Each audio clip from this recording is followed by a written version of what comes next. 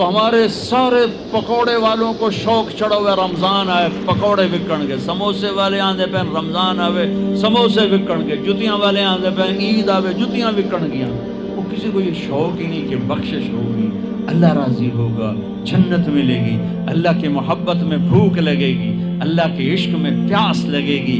وہ بھوک اور پیاس کی جو تڑپ اور کسک ہے، پھر ہم ہاتھ اٹھا کے اللہ سے مانگیں گے، ہم کہیں گے یا اللہ، تو عرش کے دروازوں تک میری پکار جائے گی، ساتوں آسمان میری پکار سے گونج اٹھیں گے۔ مجھے یقین ہے کہ میرا اللہ کہتا ہے، میرا نبی فرماتے ہیں کہ اللہ رمضان میں سارے آسمان کے فرشتوں سے فرماتا ہے روزے رکھنے والوں کی دعا پر آمین کہو۔ عرش کے فرشتوں سے اللہ فرماتا ہے میری تسبیح چھوڑ دو، رمضان کے روزے رکھنے والوں کی دعا پر آمین کہو، آمین کہو۔ عرش فرش میں گونج اٹھتی ہیں میری دعائیں، میری صدائیں، میرے نوحے، میرے گریے ہلا دیتے ہیں۔ اگر بھوک پیاس میں مزے آ رہے ہوں کہ واہ یا اللہ تو نے کہا تھا نا، دیکھ میں بھوک سے بیٹھا ہوں۔ اس لیے افطار کے وقت دعا کیوں قبول ہے؟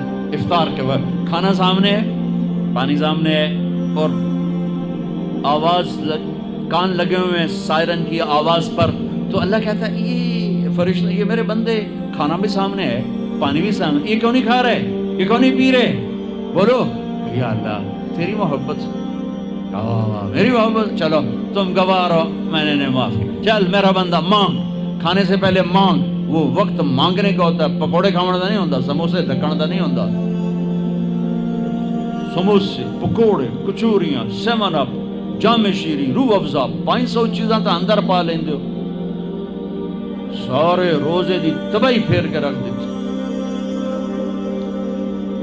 ایک مہینے کے لیے اوور آلنگ ہے، ٹیوننگ ہے، ٹیوننگ، تھوڑا کھاؤ، تھوڑا کھاؤ، تھوڑا کھاؤ، ٹھنڈے شربت مت پیو، ٹھنڈے شربت مت پیو افطاری کے وقت، بعد میں پینا تو پی لو، این افطاری کے وقت اپنے اوپر ظلم مت کرو۔ سارے دن کا انجن گرم ہے، ایک دم اس کے اوپر برف پھینک دو، تھوڑی دیر صبر کر کے سادہ پانی پی لو، نماز پڑھ لو، پی لو، جام شیری پیو، سیون اپ پیو، جو مرضی پیو، ٹھنڈا پیو، گرم پیو، جو مرضی پیو، لیکن این روزے کے وقت بچو تلی ہوئی چیزوں سے، کراری چیزوں سے، مسالے دار چیزوں سے، ثقیل چیزوں سے بچو، ہلکا پھلکا رکھو پیٹ کو، ہلکا پھلکا،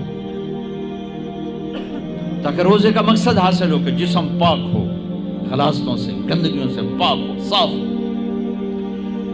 ہاں، اور اپنے دل کو بھی صاف۔ رمضان میں سب کی بخشش ہو جاتی، سب کی، 4 نہیں بخشے جاتے، 4 آدمی نہیں بخشے جاتے، 4 قسم کے مرد عورت، سب کی بخشش ہو جاتی، سب کی، 4۔ اللہ تعالی ہماری حفاظت فرمائے۔ کسی بھائی میں یہ عیب ہے، ابھی سن کے توبہ کر لینا، شراب پینے والا، مستقل شراب پینے والا، رمضان میں بخشش، ماں باپ کا نافرمان، ماں باپ کا نافرمان، بخشش۔ ماں باپ کے نافرمان کے لیے تو میرے نبی نے کہا کہ اللہ ہر گناہ کی سزا موت کے بعد دے گا۔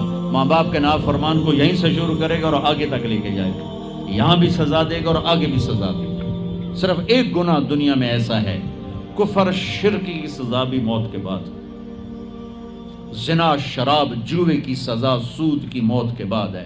ایک گناہ ماں باپ کی دل آزاری، دل دکھانا، اللہ یہاں سے یہ سزا شروع کرتا ہے اور آخر تک پہ چلاتا ہے اس کو۔ میرے نبی سے پوچھا گیا یا رسول اللہ قیامت کب آئے گی؟ آپ نے کہا اللہ کو پتہ ہے۔ کہ کوئی نشانی بتائیں؟ کہ جب ماؤں کو ذلیل کیا جائے گا قیامت آ جائے گی۔ ماں باپ کا نافرمان۔ تیسرا کون ہے؟ رشتہ داروں سے لڑنے والا، کبھی بھائی سے لڑا، کبھی بہن سے لڑا، کبھی خالہ سے، کبھی چاچے سے، کبھی مامے سے، کبھی تائے سے، کبھی پھوپھے سے، قریبی رشتوں سے لڑنے والا اور تعلق توڑنے والا، اس کی بخشش نہیں۔ چوتھا کون ہے؟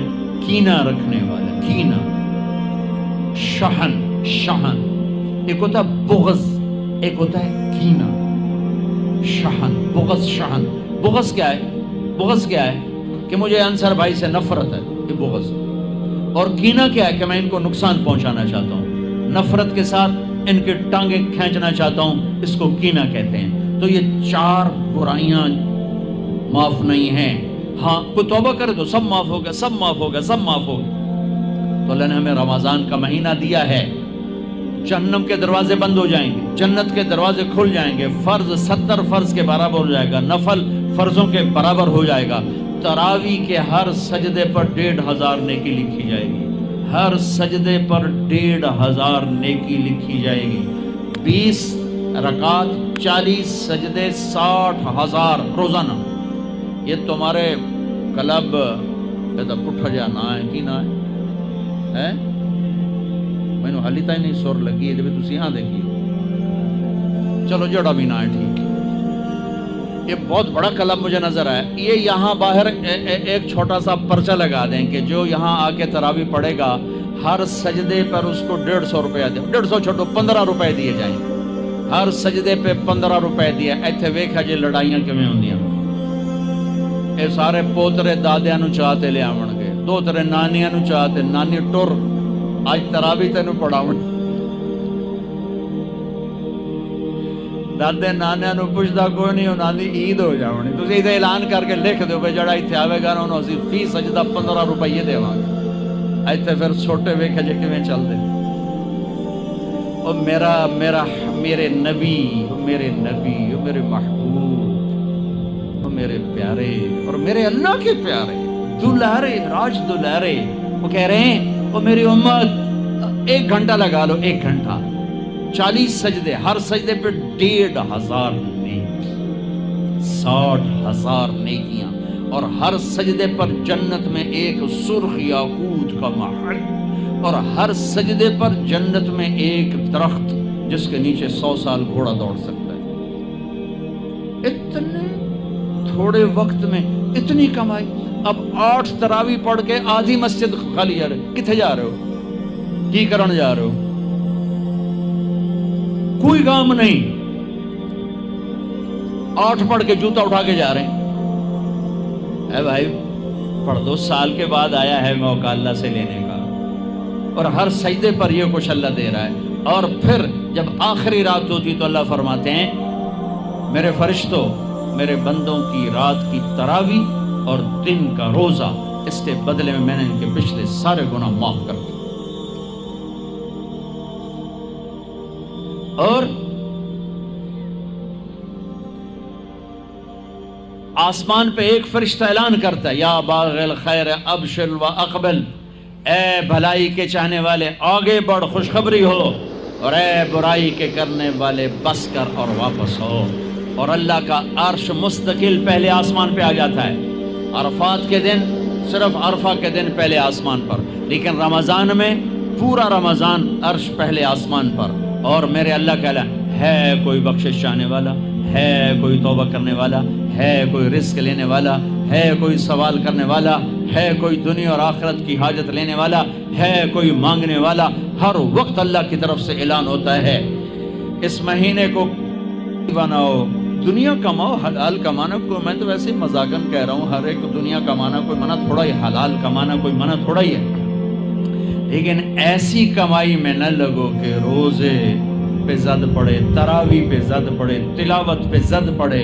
میرے نبی پاک صلی اللہ تعالی علیہ وسلم رمضان میں قرآن کی تلاوت بڑھا دیتے تھے. قرآن رمضان کا سب سے بڑا وظیفہ، جی کوئی وظیفہ دسو، کوئی وظیفہ دسو. لوگ پوچھتے ہیں جی رمضان کا کوئی خاص وظیفہ بتا رہا ہوں. رمضان کا خاص وظیفہ قرآن کی تلاوت. رمضان کا خاص وظیفہ قرآن کی تلاوت، قرآن کی تلاوت، قرآن کی تلاوت. جتنا پڑھ سکتے ہو پڑھتے جاؤ، پڑھتے جاؤ، پڑھتے جاؤ، پڑھتے جاؤ. میرا ایک ساتھی ہے مولوی ثناء اللہ، وہ ایک دن میں پورا قرآن ختم کرتا ہے. ایک دن میں پورا قرآن، ایک دن میں پورا قرآن. پورے رمضان میں 30 قرآن ختم کر دیتے ہیں. سوائے اس کے بیمار ہو جائے تو کوئی بیمار ہو جائے تو 10 پارے، ورنہ پورا قرآن. رمضان قرآن، پورا قرآن. تو چلو ہم پورا قرآن نہیں پڑھتے، کچھ تو پڑھو. سارے سال نہیں پڑھا، کچھ تو پڑھو. رمضان کا وظیفہ قرآن کی تلاوت، رمضان کی تسبیح قرآن کی تلاوت. رمضان کی خدمت، روزے افطار کرواؤ، سحری کھلاؤ، افطاری کراؤ، غریبوں کو مدد کرو، زکوٰۃ دو، اپنے مزدوروں سے کام تھوڑا لو، گھر کے نوکروں سے کام تھوڑا لو. اور رمضان کی سب سے بڑی بات، آپس میں بغض سے دل صاف کرو. لڑے ہوئے ہو رمضان آنے سے پہلے جیسے لوگ حج پر جانے سے پہلے نہیں فون کرتے ہیں، صلح کرتے ہیں، اتنا ہی ضروری ہے رمضان سے پہلے میں دل صاف کر لوں، میں معاف کر دوں، میں معافی مانگ لوں. زیادتی کی ہے تو معافی مانگ لوں، کوئی معافی مانگنے آیا تو معاف کر دوں. میرا دل صاف ہو، کسی سے بغض نہ ہو، کسی سے کینہ نہ ہو، کسی کا حسد نہ ہو، کسی سے رنجش نہ ہو. دل صاف کرو. صاف دل اللہ کا عرش بن جاتا ہے، اللہ کا عرش بن جاتا ہے، اللہ کا عرش بن جاتا ہے.